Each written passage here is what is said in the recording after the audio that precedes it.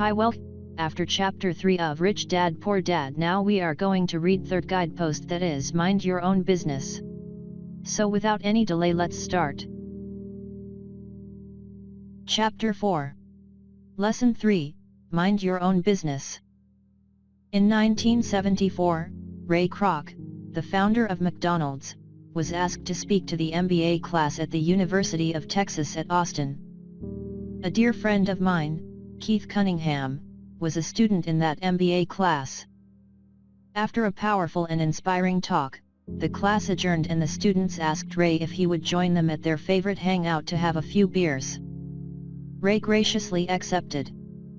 "What business am I in?" Ray asked, once the group had all their beers in hand. "Everyone laughed," said Keith. Most of the MBA students thought Ray was just fooling around. No one answered, so Ray asked the question again. "What business do you think I'm in?" The students laughed again, and finally one brave soul yelled out, "Ray, who in the world does not know that you are in the hamburger business?" Ray chuckled. "That is what I thought you would say." He paused and then quickly said, "Ladies and gentlemen, I'm not in the hamburger business.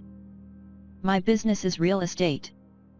Keith said that Ray spent a good amount of time explaining his viewpoint.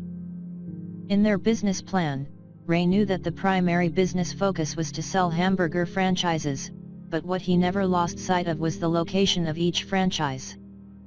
He knew that the real estate and its location was the most significant factor in the success of each franchise. Basically, the person that bought the franchise was also paying for, buying, and the land under the franchise for Ray Kroc's organization. McDonald's today is the largest single owner of real estate in the world, owning even more than the Catholic Church. Today, McDonald's owns some of the most valuable intersections and street corners in America, as well as in other parts of the world. Keith said it was one of the most important lessons in his life. Today, Keith owns car washes, but his business is the real estate under those car washes. The previous chapter ended with the diagrams illustrating that most people work for everyone else but themselves. They work first for the owners of the company, then for the government through taxes, and finally for the bank that owns their mortgage. As a young boy, we did not have a McDonald's nearby. Yet, my rich dad was responsible for teaching Mike and me the same lesson that Ray Kroc talked about at the University of Texas. It is secret number 3 of the rich. The secret is, mind your own business/financial struggle is often directly the result of people working all their life for someone else. Many people will have nothing at the end of their working days. Again, a picture is worth 1,000 words. Here is a diagram of the income statement and balance sheet that best describes Ray Kroc's advice. Most people, your profession greater than or equal to your income. The rich, your assets greater than or equal to your income. Our current educational system focuses on preparing today's youth to get good jobs by developing scholastic skills. Their lives will revolve around their wages, or as described earlier, their income column. And after developing scholastic skills, they go on to higher levels of schooling to enhance their professional abilities. They study to become engineers, scientists, cooks, police officers, artists, writers and so on. These professional skills allow them to enter the workforce and work for money. There is a big difference between your profession and your business. Often I ask people, "What is your business?" And they will say, "Oh, I'm a banker." Then I ask them if they own the bank. And they usually respond, "No, I work there." In that instance, they have confused their profession with their business. Their profession may be a banker, but they still need their own business. Ray Kroc was clear on the difference between his profession and his business. His profession was always the same. I was a salesman. At one time he sold mixers for milkshakes, and soon thereafter he was selling hamburger franchises, but while his profession was selling hamburger franchises, his business was the accumulation of income-producing real estate. A problem with school is that you often become what you study. So if you study, say, cooking, you become a chef. If you study the law, you become an attorney, and a study of auto mechanics makes you a mechanic. The mistake in becoming what you study is that too many people forget to mind their own business. They spend their lives minding someone else's business and making that person rich. To become financially secure, a person needs to mind their own business. Your business revolves around your asset column, as opposed to your income column. As stated earlier, the number one rule is to know the difference between an asset and a liability, and to buy assets.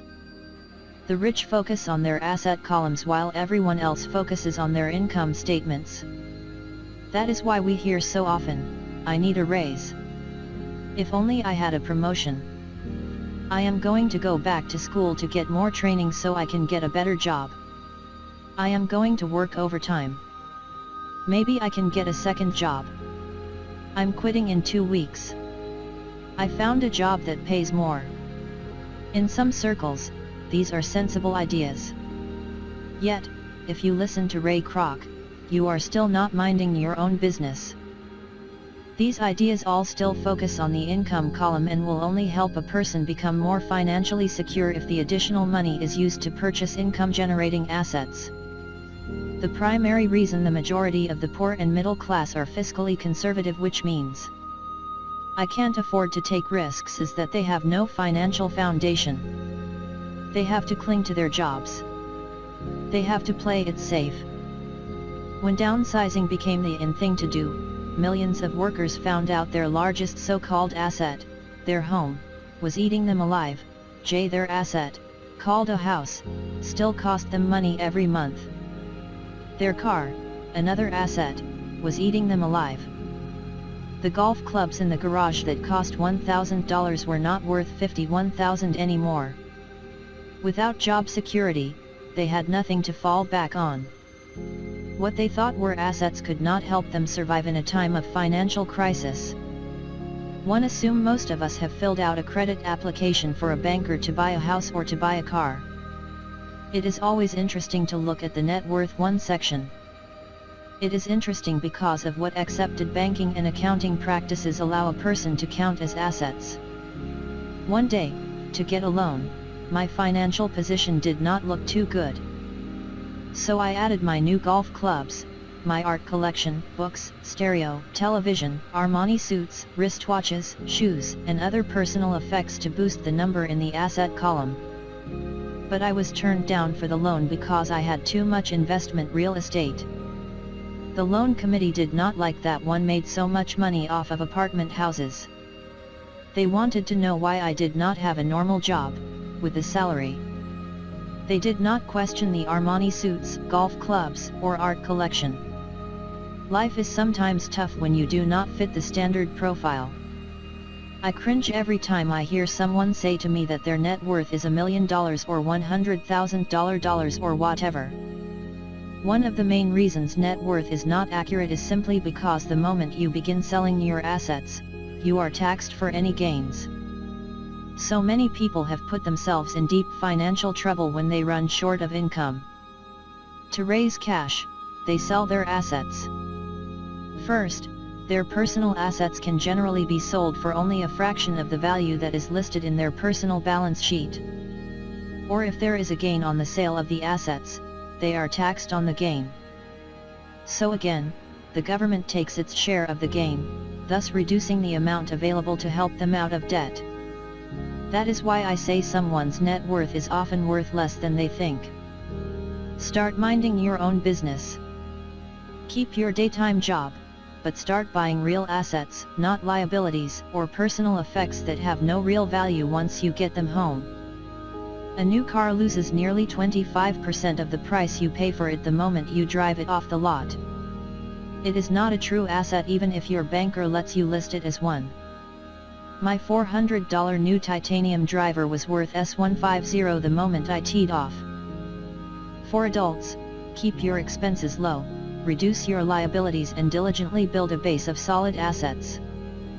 For young people who have not yet left home, it is important for parents to teach them the difference between an asset and a liability.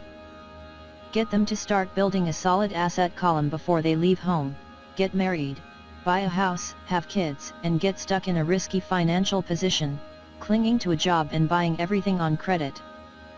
I see so many young couples who get married and trap themselves into a lifestyle that will not let them get out of debt for most of their working years. For most people, just as the last child leaves home, the parents realize they have not adequately prepared for retirement and they begin to scramble to put some money away. Then, their own parents become ill and they find themselves with new responsibilities. So what kind of assets am I suggesting that you or your children acquire? In my world, real assets fall into several different categories. 1. Businesses that do not require my presence. I own them, but they are managed or run by other people. If I have to work there, it's not a business. It becomes my job. 2. Stocks. 3. Bonds. 4. Mutual funds. 5. Income generating. Real estate. 6. Notes. Laos. 7. Royalties from intellectual property such as music, scripts, patents. 8. End. Anything else that has value, produces income, or appreciates and has a ready market. As a young boy, my educated dad encouraged me to find a safe job. My rich dad, on the other hand, encouraged me to begin acquiring assets that I loved. If you don't love it, you won't take care of it. I collect real estate simply because I love buildings and land. I love shopping for them. One could look at them all day long.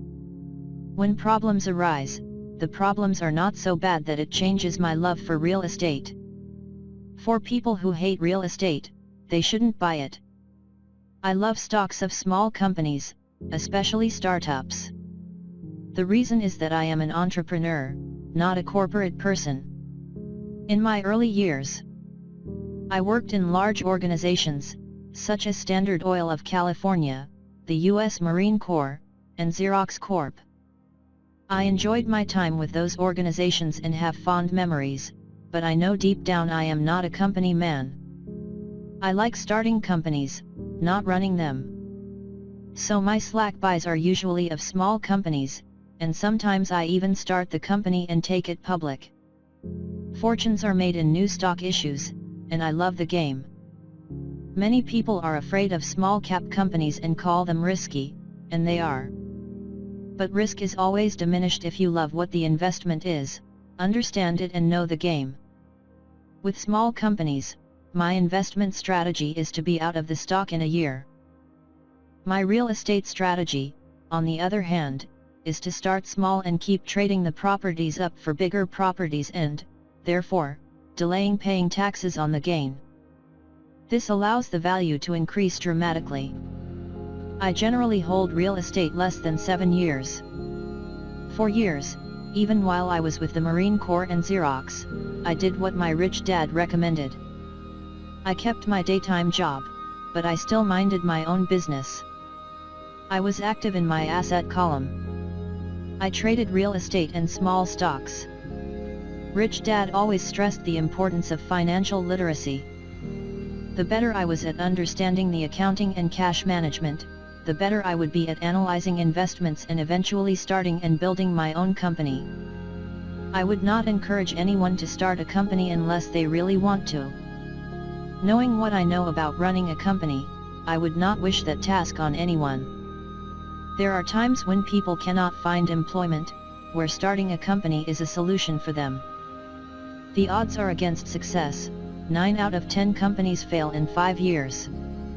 Of those that survive the first 5 years, 9 out of every 10 of those eventually fail, as well. So only if you really have the desire to own your own company do I recommend it. Otherwise, keep your daytime job and mind your own business. When I say mind your own business, one mean to build and keep your asset column strong. Once a dollar goes into it, never let it come out. Think of it this way, once a dollar goes into your asset column, it becomes your employee. The best thing about money is that it works 24 hours a day and can work for generations. Keep your daytime job, be a great hard-working employee, but keep building that asset column. As your cash flow grows, you can buy some luxuries. An important distinction is that rich people buy luxuries last, while the poor and middle class tend to buy luxuries first. The poor and the middle class often buy luxury items such as big houses, diamonds, furs, jewelry, or boats because they want to look rich. They look rich, but in reality they just get deeper in debt on credit. The old money people, the long-term rich, built their asset column first. Then, the income generated from the asset column bought their luxuries. The poor and middle class buy luxuries with their own sweat, blood, and children's inheritance. A true luxury is a reward for investing in and developing a real asset. For example, when my wife and I had extra money coming from our apartment houses, she went out and bought her Mercedes. It did not take any extra work or risk on her part because the apartment house bought the car. She did, however, have to wait for it for 4 years while the real estate investment portfolio grew and finally began throwing off enough extra cash flow to pay for the car. But the luxury, the Mercedes, was a true reward because she had proved she knew how to grow her asset column. That car now means a lot more to her than simply another pretty car. It means she used her financial intelligence to afford it. What most people do is they impulsively go out and buy a new car, or some other luxury, on credit. They may feel bored and just want a new toy. Buying a luxury on credit often causes a person to sooner or later actually resent that luxury because the debt on the luxury becomes a financial burden. After you've taken the time and invested in and built your own business, you are now ready to add the magic touch, the biggest secret of the rich. The secret that puts the rich way ahead of the pack. The reward at the end of the road for diligently taking the time to mind your own business.